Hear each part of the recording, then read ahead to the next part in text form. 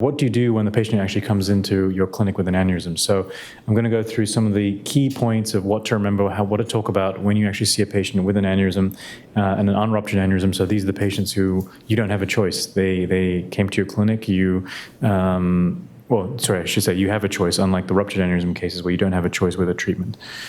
So going forward, who are these people? Who are your patients? And these are two people who have had aneurysms treated. One had a ruptured aneurysm treated, but also a elective aneurysm treated. So people, there's all sorts of shapes and sizes of people and all sorts of types of people that have been treated with aneurysms. Joe Biden got treated at University of Virginia for his MCA aneurysms. He had an MCA aneurysm on both sides. The other lady, I can't remember her name, I think she's like the dragon lady, she got treated in England. She had a ruptured aneurysm, which was treated surgically, and then she had an unruptured aneurysm, which was also treated as well in that same setting during the filming of the most recent Game of Thrones episode. So patients come in looking different directions. There's no one classic view of what a patient looks like. So, this is one of those things, like the patient comes in with this and they almost think, okay, well, the world is over. What do I do now? The rate of detection of aneurysms has rapidly increased over the last decade because of the prevalence of MRI scans and now full body scans. So here at Swedish, we're one of the few centers in the region who has one of those scanners that does the entire body by MRI. So patients can actually request that, and the insurance improver, you can get a full body MRI scan and know exactly what's wrong in every place, in every pimple. So that is just going to get continually more aggressive as patients have that option to do that at Walmart.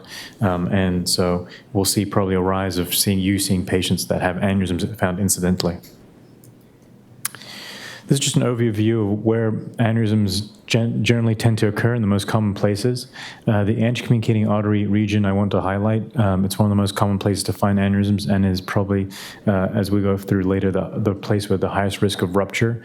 Middle cerebral artery aneurysms typically happen in that bifurcation region of the middle cerebral artery that Dr. Lowe kind of highlighted, and the PCOM region as well. Dr. Roten came up with a magical synthesis of how and where aneurysms develop, and they usually develop at branch points and at points where their shear forces would develop in a vortex as they move around corners, just like rivers would and lakes would. And that tends to be the overall guidance of where these aneurysms can develop. The basilar apex being the other location where you have a flow or jet of blood that can actually cause the aneurysm to develop in that region. So that's just a cartoon image of what we might be going through next. So the big picture is, at least in the United States or North America, aneurysms occur in 1% to 2% of the population. That number may increase, as I said, the imaging modalities improve for aneurysm detection. And like I said earlier, Dr. Roten kind of came up with a gestalt of where aneurysms do tend to develop. People who have connective tissue disorders and polycystic kidney disease are the two highest prevalence or most common populations that we see in North America that have aneurysms develop where they have a genetic predisposition. Their tissues, their genetics make them more likely to have an aneurysm. Obviously, Ehlers-Danlos can be very spectral in nature, and there's a huge range of connective tissue disorders that a patient can have. And so when looking at patients and talking to patients about, whether they have ligamentous laxity or any other symptoms, it kind of gives you a highlight or kind of gives you a brief suspicion of how risky the aneurysm might be to treat and how risky the aneurysm or how likely the aneurysm is to rupture. People with polycystic kidney disease are complicated because they have obviously an issue with polycystic kidney disease itself and might need treatment for their nephrotoxic conditions. There is no clear guidance in any national nephrology journals about what to do with about these patients who have both the polycystic kidney disease and intracranial aneurysms. We're lucky at Swedish that we're developing a polycystic kidney disease clinic for those patients who have polycystic kidney disease and don't have any guidance from the nephrologist about what to do about their aneurysms. And generally, people with polycystic kidney disease, their aneurysm rupture at a younger age. And that's why we tend to kind of focus on that disease a lot. So factors that increase the risk of rupture, Black race, Hispanic ethnic group, hypertension, current smoking, although that has been debated. The fact that you may have touched a cigarette in the last 10 years may increase your risk. Alcohol abuse, although I think that's just an epigenetic phenomenon where people who don't take care of themselves tend to drink alcohol and is a concurrent confounding agent. The use of sympathomimetic drugs such as Adderall and meth would increase the risk of having aneurysm ruptures. And we'll go through this a little bit later, just aneurysms larger than 7 millimeters. Now, the reason why I have this picture up there is because there's a huge psychological component to these patients. If someone told you you've done this aneurysm course now, you've seen people dig around people's brains and talk about anatomy, but if any of you got diagnosed with an aneurysm, how would you feel and where would you want to be treated? I would say, and I would argue that physicians and neurospecialists and neuroendovascular specialists, it would be interesting to do a survey about how they would want their aneurysm treated. I know it's cool to want to clip a basilar aneurysm, but if I told Mohammed he has a basilar apex aneurysm, he's going to be like, coil it, web it, don't. But with anyone else, he wants to clip the aneurysm. So it's kind of one of those psychological issues where you have to really think about the patient itself, and if they can't live life because they have this, what they believe is a ticking time bomb. And I know if there's a neurosurgeon who has a metronome in his clinic, and he'll just set the metronome off while talking to the patient and be like, yes, we think this is and he'll use the exact words, ticking time bomb, and then leave the silence out there while the metronome goes off back and forth in the background. So I think that knowing the patient and understanding what psychological impact that patient, that knowing that they have an aneurysm, you definitely take that into account. And obviously, you don't want to be too paternal with a patient. You want to give them the best advice, but you are the expert. And so instead of just laying it all out there, since you are the expert, they came to you for your expertise, you have to give them your best guidance in what to do about their lesions. Skipping to the most boring slide. So this is something that you should memorize for figuring out or talking to patients about risk of rupture. The ISUIA data was started in 1998, was updated shortly afterwards, a decade later, and gives us our best study on the guidance of how to judge the risk of rupture for aneurysms. And in general, as the aneurysm gets bigger, the risk of rupture increases.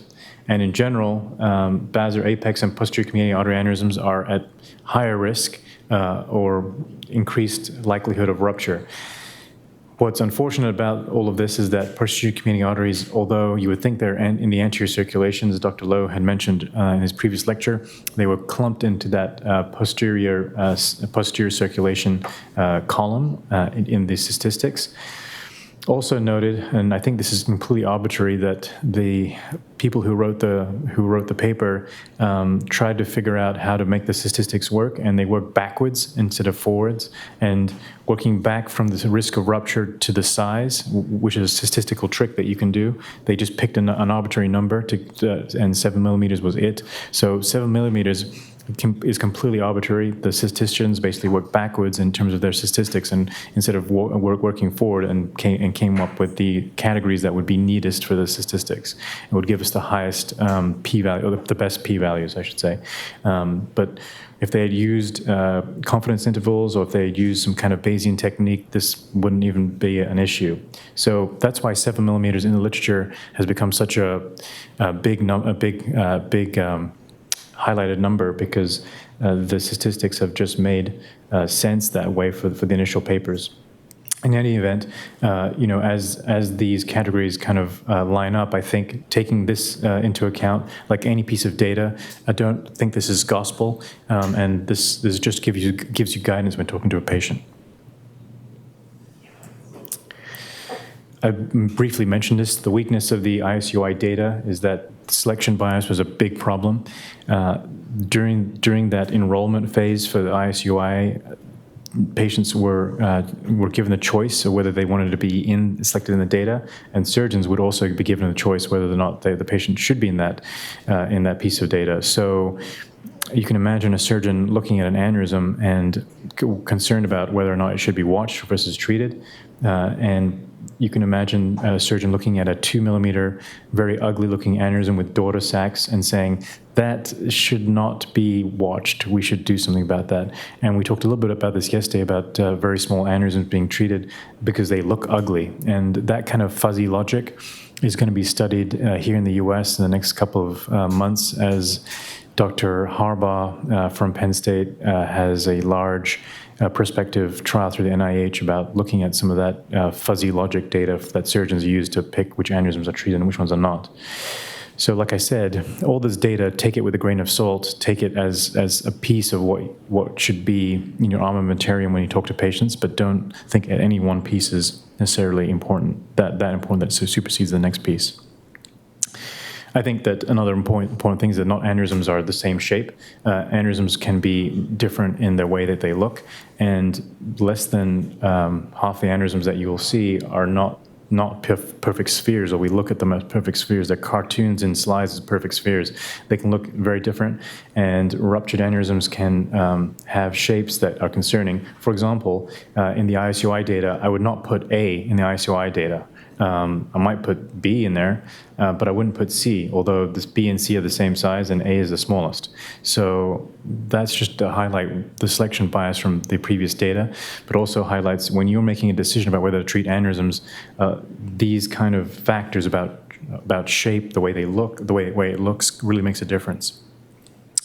The other fallacy is the fallacy of risk per rupture per year. So we always talk about, well, your risk of rupture is, I don't know, let's just say 1%. And I think it's incorrect to think of it that way because, again, we were fooled by the statistics. And the early papers assumed that there would be a linear model of growth for these aneurysms, but it's not linear.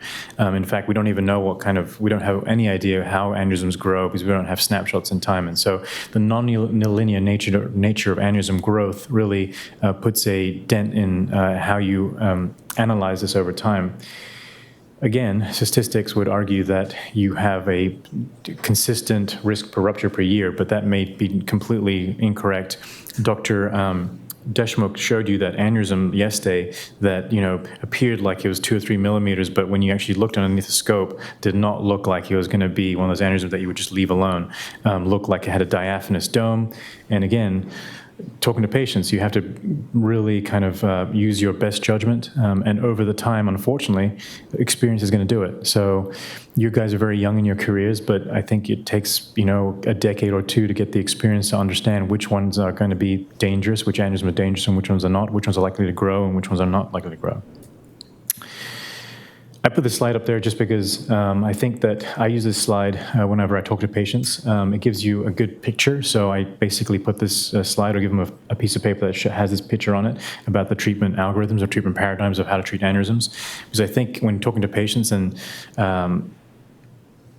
we're going to talk about this in the next lecture a little bit more in more detail. Dr. Dumont, I'm not going to steal his thunder about coiling and clipping, but again, talking to patients, you want to make sure that they have the best view and you don't be too paternal with them in terms of how aneurysms are treated, just showing them how they're treated. Here's the boring slide number 2. The risk of aneurysms is increased if people have a family history of aneurysms. The American Heart Association guidelines suggest that if you have one direct family member, sibling who has an aneurysm or a subarachnoid hemorrhage or has a history of subarachnoid hemorrhage due to an aneurysm, the family direct siblings should all be checked. The hospitalizations are becoming more prevalent in the United States, and that's why there are people like us trained to treat these aneurysms. And unfortunately, women are more likely to be affected, and people in their 50s and 60s are more likely to be affected, just based on the statistics that we have here in North America and our inpatient databases. One thing that I think that we are uniquely positioned to do here at Swedish, and I want to just talk really briefly about it, is that we have an opportunity to work with native populations in Alaska. This is the hospital up in Alaska, and Dr. Monteith, myself, have gone up there frequently in the last couple of years, at least 5 years now. We have a service line up there, and what I think the future is going to be is that we're seeing a greater number of patients and of Alaskan and Native descent who have developed aneurysms, and that may be genetic. And so by spending time with these individuals, I think one of the pushes here from Swedish is to get an initiative to check out these Alaskan natives, because I think that genetics plays a huge portion for those patients, and hopefully in the next couple of years we'll get in more data regarding that population and be able to publish that information. The one thing that has helped, at least me, in clinic is this thing. It's the aneurysm scorecard. This is the actual scorecard, and you'll have obviously a copy of this if you need it. But I use that because it really summarizes whether an aneurysm favors treatment or favors conservative management. So basically, you score a patient, and we have an electronic version of this in our EPIC database. Our EPIC is the electronic medical record. We input this data, and it spits out a number, whether it's conservative or favors treatment. And this is accumulation of all the data in the last 2 decades about what is important when we analyze risk of rupture.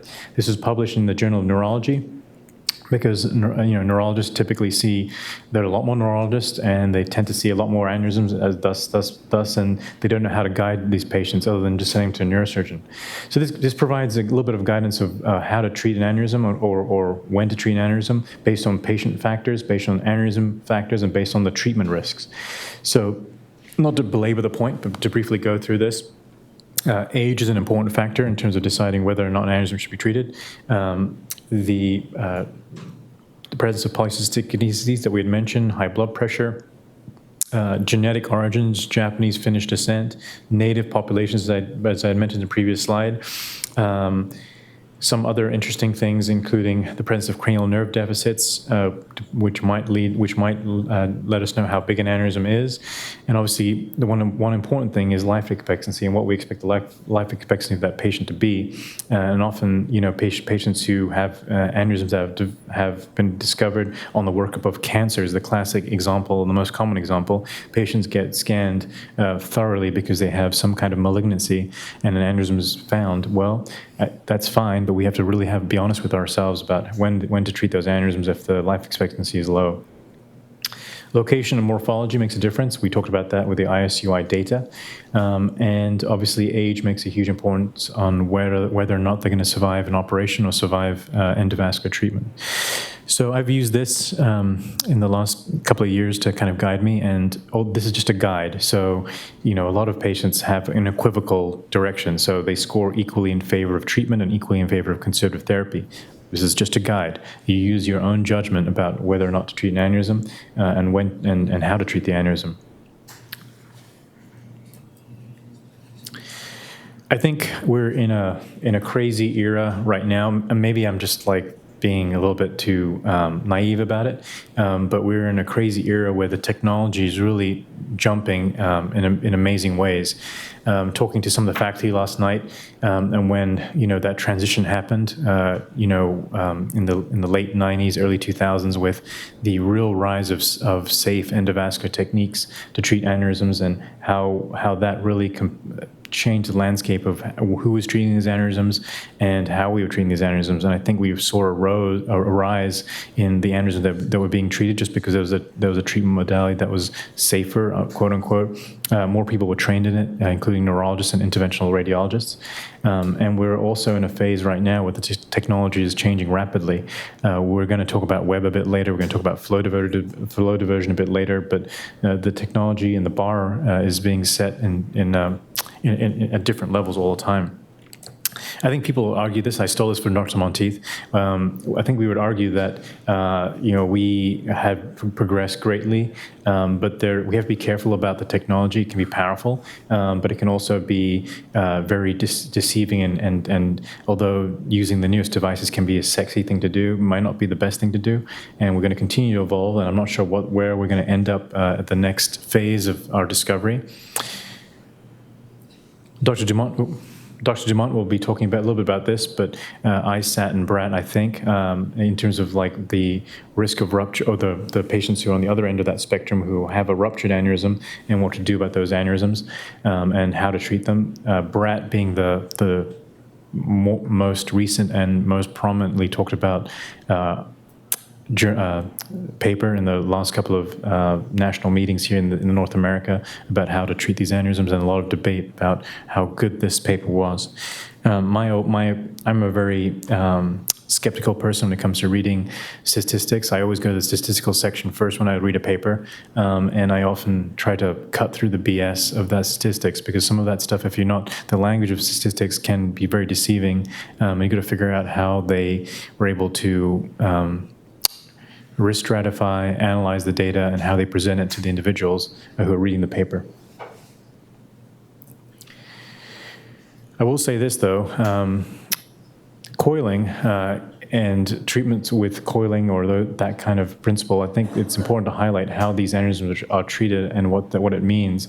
I think if we're going to be honest with ourselves and the risk of obliteration and being independently adjudicated for that, I think we'll suggest that the risk of or the likelihood that we've completely treated an aneurysm with endovascular techniques really changes based on whether or not we have an independent observer looking at that. So I think overall, though, complete occlusion is actually very hard to actually achieve in most instances.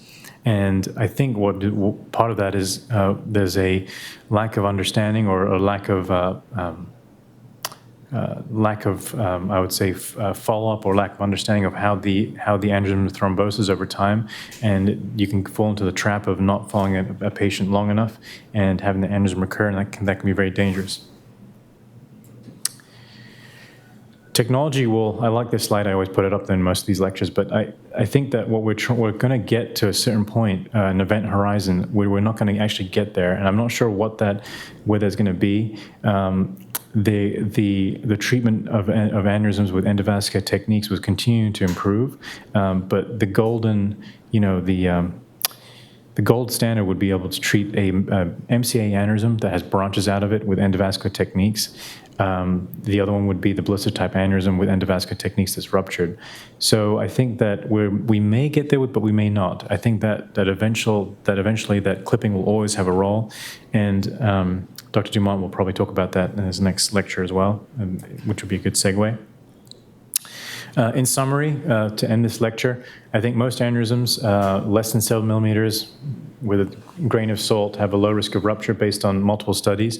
UCAS, Japan, and the cooperative study kind of confirmed a lot of what ISUIA data had presented initially and in the subsequent studies.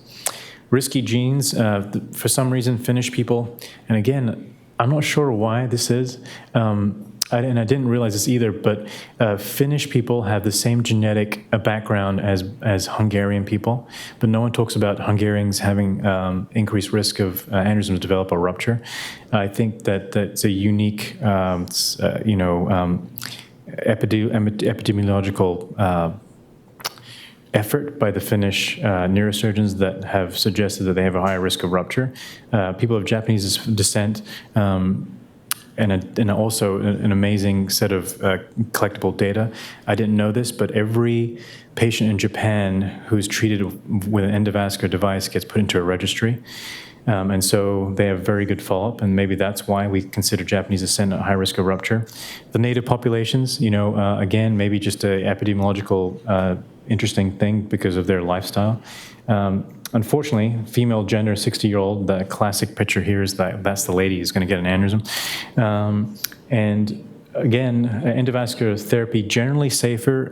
Durability is an issue, but I think that what's important about that is that jumping to the last point here is that endovascular therapy is generally safer if you are at a high volume center.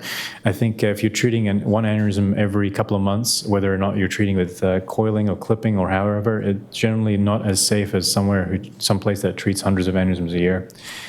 And generally, the follow-up is very important. So we didn't talk about that a lot in this lecture, but once you've treated the aneurysm, and how do you follow these patients up? Typically, depending on how you treat the aneurysm, it's okay to get an MRA scan every couple of years for the 5 to 10 duration after they've been endovascularly treated. For those patients who have been clipped and you did not get an intraoperative angiogram or an angiogram or some kind of vascular imaging shortly after the clipping, it would be in your best interest to do that at some point in the 6 months following treatment. But for clipping, it's more durable, and you tend not to have to do that as much. I think that's it. Any questions at all?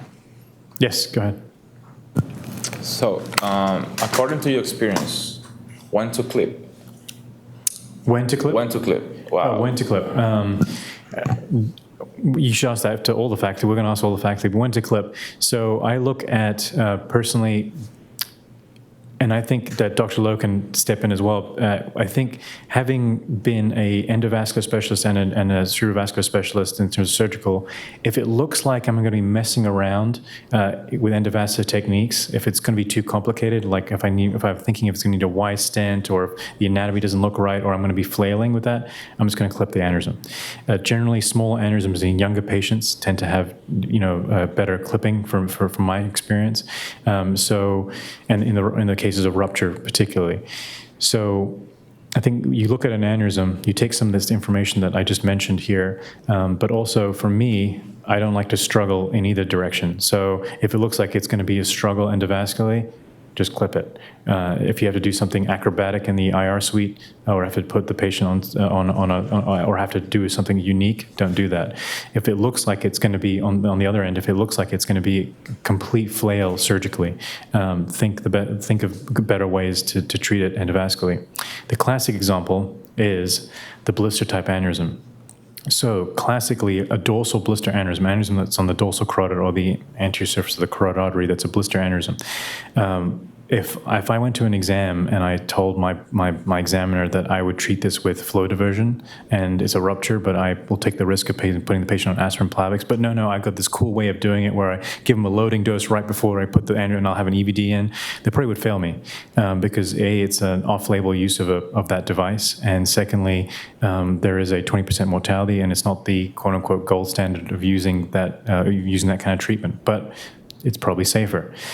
They want me to say that I would prep the neck, get a radial artery bypass, have neuromonitoring, and intraoperative angiography and vascular surgery involved, and blah blah to do a bypass from the carotid, to intracranial circulation, trap it, wrap it, clip wrap it, variations of wrapping it with Cortex, and being ready for that kind of situation. So I think you have to know your own skill set, but also kind of understand the complex nuances of what in your hands is good to do. If you only do one bypass a year, probably not the right thing to do. Yeah. I don't know if the faculty have anything to add on that.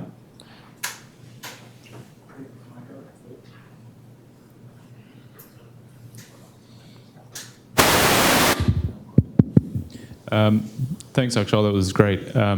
In general, I would say for younger patients where durability is a question, if you've got a 30-year-old or something like that, then I'd consider clipping, but we still do a lot of coiling and endovascular in those patients.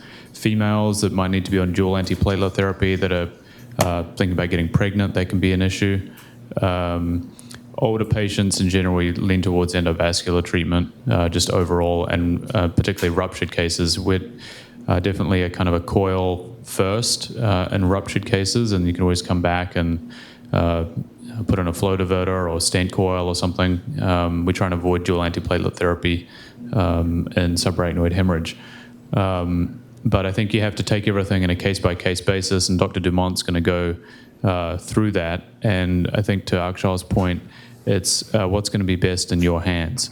For a blister-type aneurysm, it's about 80% good results from the Buffalo group. with endovascular treatment with pipeline for ruptured blister aneurysm. For those of us that were around before pipeline was around, I don't think I could honestly say that 80% of the patients that had open surgery with clip wrapping and reconstruction of these fallen apart carotids did well. I mean, there's no one near that. So I think you have to think about your own skill set, what your team's skill set is, but it's tailoring the treatment. Because not every patient has the same follow-up opportunities. As Akshal mentioned, we have patients that come from the Arctic Circle, so they're really far away. Follow-up can be an issue with them, so endovascular is not always the best option. Similarly, a lot of those patients don't have running water, so craniotomy wounds and that sort of thing, that might not be a great option for them. So you have to really tailor the treatment. I don't think you can kind of say, one size fits all for just age or location, but except basilar tip, that's just about always going to be endovascular. The one thing I want to mention, but we only talk really briefly about in this course, is for endovascular access, so vascular access. So if they don't have femoral arteries to access, if they don't have radial arteries to access, or if you have options that are make it more straightforward to do one access approach to another, and we haven't talked about that a lot in this lecture series, but thinking about that for the future in terms of like how easy it is to do that repetitively if you need to. Thanks.